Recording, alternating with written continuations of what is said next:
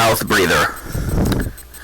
I've mentioned several role-playing games already, and one of them that I haven't gotten into yet is Vampire the Masquerade.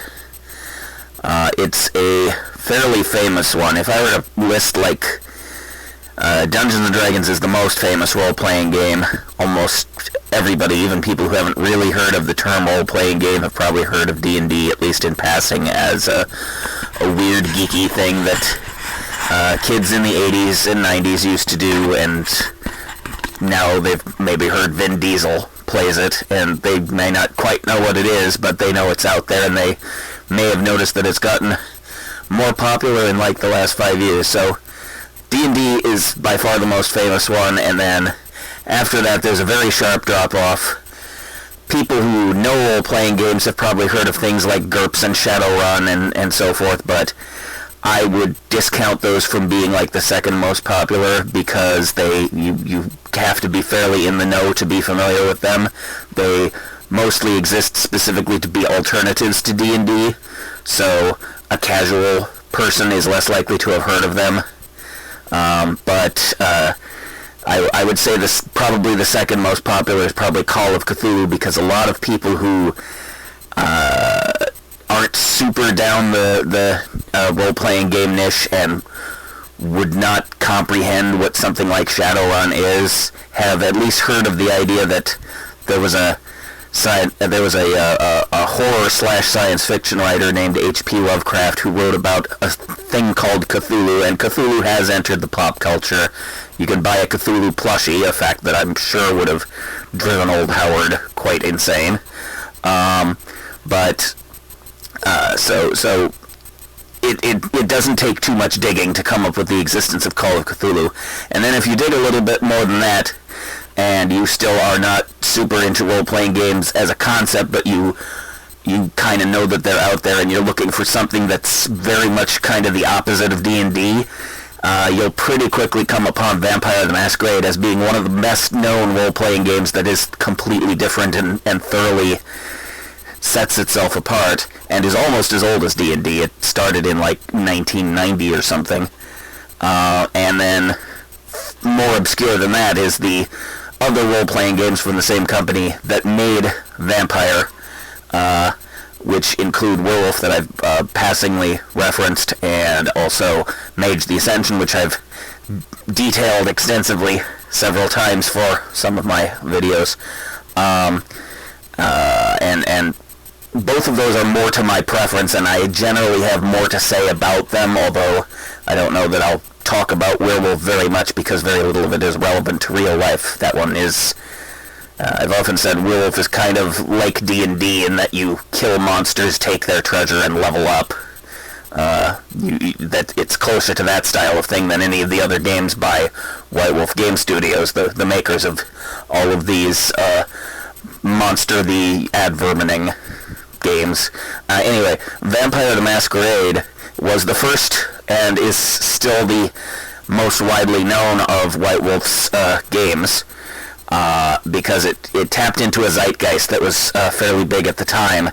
The Anne Rice vampire novels had kind of just gotten big. A couple of them were made into movies during the 90s, and for that and a few other similar reasons, the concept of vampires living among us had a certain amount of cultural cachet.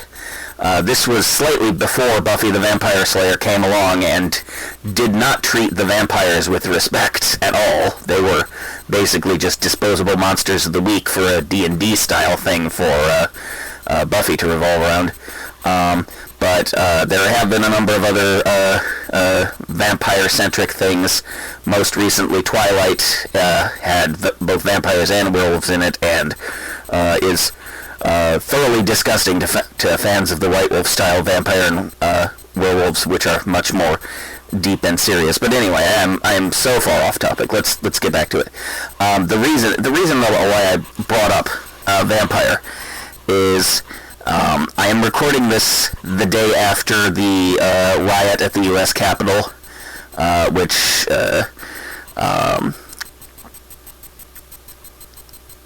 it only took 24 hours for that situation to sort of defuse itself, and things are getting back to something resembling business as usual. So I don't expect anything terribly catastrophic to come out of it. But the only reason that I bring it up is that it is one of a million signs that we have that America is a rather dysfunctional country at the moment. There's a lot of deep rifts in our society that nobody is really doing anything about, and one of the reasons why I am of the opinion that that is so is that our values are out of whack. We have this weird sort of quasi-Judeo-Christian but also super capitalist and mercenary Madison Avenue kind of a mentality going on, and the cognitive dissonance of trying to integrate those two major thrusts that have underlined how our company does its thing. Our country, calling America a company instead of a country is kind of a nice Freudian slip. But we've exported our model of democracy and capitalism to most of the rest of the world at this point through the process of what is very amusingly termed coca colonization. And so, it's very relevant to talk about America's problems even if you're not American, because basically, unless you are Russia or China or a couple of other, or, some of the Middle Eastern countries, unless you are basically anti-American, your culture is influenced very heavily by America, with very few exceptions, I would imagine. Thinking about thinking about the way America does things, we have these values that are kind of dysfunctional at the moment, and people's attempt to navigate all of that is going kind of awry. And so the reason that I bring up Vampire is because Vampire has a really interesting concept in it, which ties into real-life applications, the same way that the technocracy in Mage the Ascension is reminiscent of certain things about real life, and thus I think it's worth talking about because of the way it brings up a new perspective on real life. Vampire has very little to contribute to real life, but it does have this one concept. So here's a very brief overview. When you are a player in a Vampire the Masquerade game, you start out as a human being who gets bitten by a vampire and turned into a vampire, and most of vampire society is run by a worldwide organization which is dedicated to the idea of pretending that vampires are still human, and they have this whole thing where they try to hold on to human level morality and pretty inevitably fail, and they kind of all know that they're going to suck at it and are going to slowly bleed their humanity away over time as they make moral compromises in order to preserve their own existence and compete with each other for power and status and influence. It's a whole big thing. If you like the game, you probably like it for most of that stuff, but I'm brushing over it because I'm not really talking to fans of the game. I'm trying to get at the concept that's hidden within the game. So as I mentioned, the big worldwide faction is devoted to the humanity concept and a few other things. There is a rival faction which is condemned as evil by the main group, and not without good reason. There are some pretty crazy fuckers in it. But the alternative group is this quasi-religious thing where they do not believe that vampires should consider themselves human anymore, and as an offshoot of that, they have developed several of what they call the paths to enlightenment, or paths of enlightenment, I think. And those are basically alternatives to maintaining your humanity. If you are successfully able to you have to kind of devolve into the inhuman state and then build yourself back up in this alternative approach. And so there's this kind of weird quasi-monastic code that they have going on where you basically deconstruct your psyche and then construct a new framework to hang your ego upon. And if you are successful in doing all of the things, then you're able to basically either control your actions or sort of deal with the lack of control of your actions. But in either case, it's sort of the only alternative to turning into a ravening monster who very quickly gets itself killed because it doesn't know how to blend into the pack that it is hunting among. So, that's a very quick 2-cent version of all that.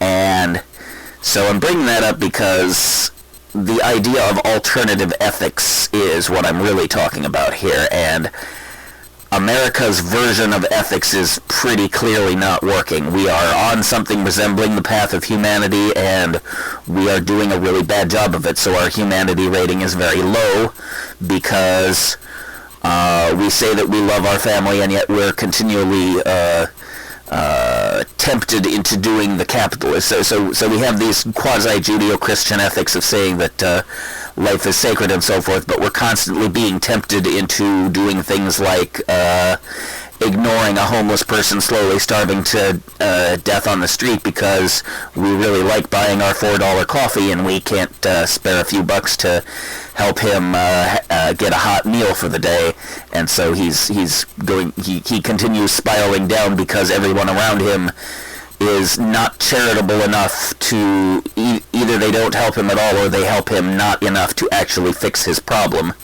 So that's a big complex issue, and I'm only scratching the surface of it in order to make my point. The idea is that a vampire with a high humanity rating would be sort of compelled to take a genuine interest in the suffering of a person that he happened to encounter. And so, by that standard, most people in America have, at best, middling humanity ratings. And I'm not saying that to, shame Americans. It is a shameful thing, but I don't think it's our fault. I think it's the way that the culture has sort of become the result of a bunch of really bad decisions piling up on one another, so that it's not really any specific individual's fault. Some people contribute more or less to the problem, but it is a vast sweeping thing that is, it's like the economy. You can do things that hurt the economy a little, and you can maybe help the economy a little, but you can't blame one person for the fact that there's a global recession going on. The most that you could do is 10-20% of the fault could be put on, for the 2008 recession, it was the real estate market, but you can't point at every realtor who was in business at that time and say, you crashed the economy, you did that.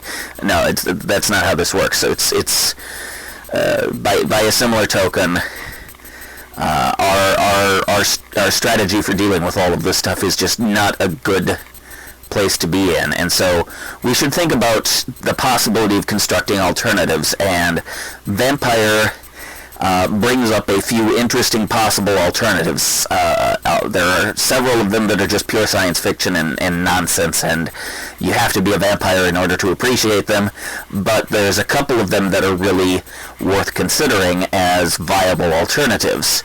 There is a path, probably the best example of this is called the Path of Honorable Accord, which is where you recognize that you're not ever going to be a moral creature, but you try to be an ethical creature. So you might be perfectly willing to murder and even torture someone, but you're not going to lie about the fact that you intend to do so, because lying is now a cardinal sin in your self-imposed morality. And so in order to be able to maintain your sense of self, you need to be strictly devoted to honorable conduct.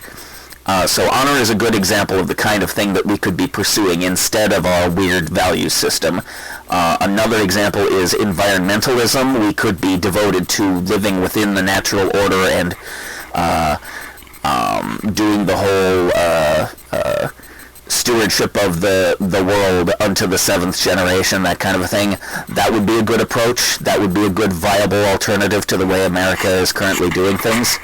I was going to Rolodex more of those possibilities, but between not really remembering them all and having wittered on as long as I have, I'm going to wrap this up for now.